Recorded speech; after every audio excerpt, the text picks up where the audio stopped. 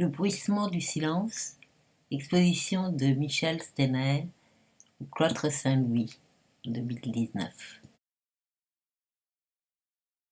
Au rez-de-chaussée, les grands triptyques de ses œuvres majeures et quelques paysages. Une phrase de Steiner: toute la journée à regarder les fenêtres et leurs paysages, faire sortir le regard ou le garder à l'intérieur.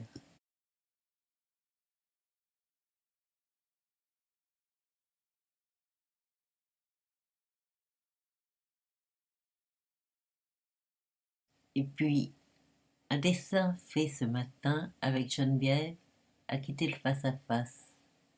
Il est devenu paysage.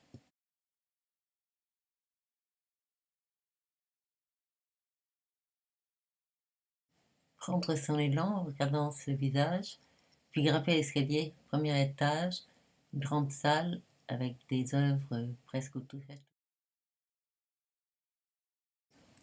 Premier étage qui est consacré au terme de la recherche de la présence.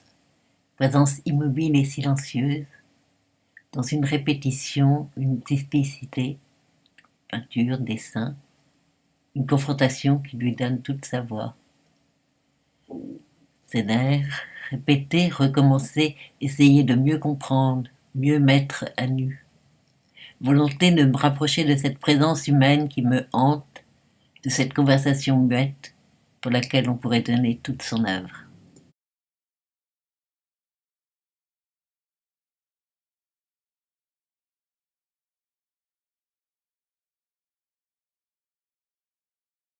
De Charles Julier, à propos de Steiner.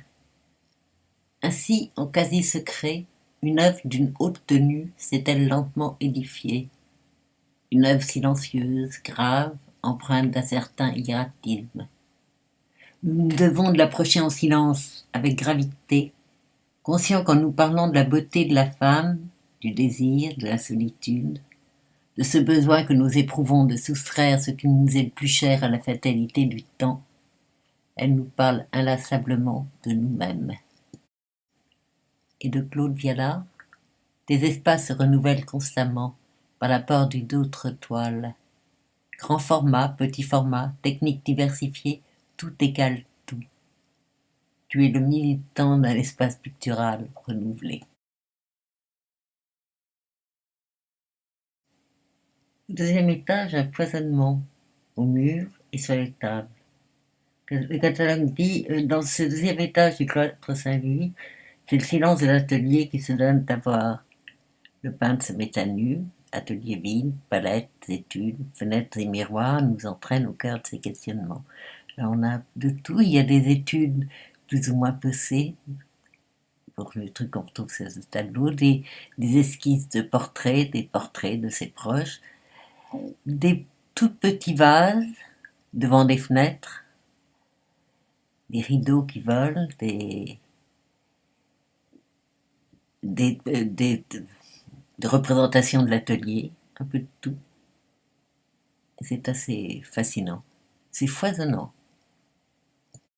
Reprenant encore des citations de Bernard Noël dans Peindre intime. Tu es revenu dans la lumière, elle est blanche, un espace fouetté que creusent des cavités d'air. Quelqu'un déclare: il ne faut pas se tromper d'intimité. Et toi, tu me dis à voix basse: les bouteilles et la femme sont des pièges à lumière. Michel, lui, est en train d'expliquer: en ce moment, je suis préoccupé par le rapport des blancs lumière avec les blancs tendresse. Tendresse, me dis-je, tout ce qui touche la peau, la chemise, les draps, l'air, l'autre peau.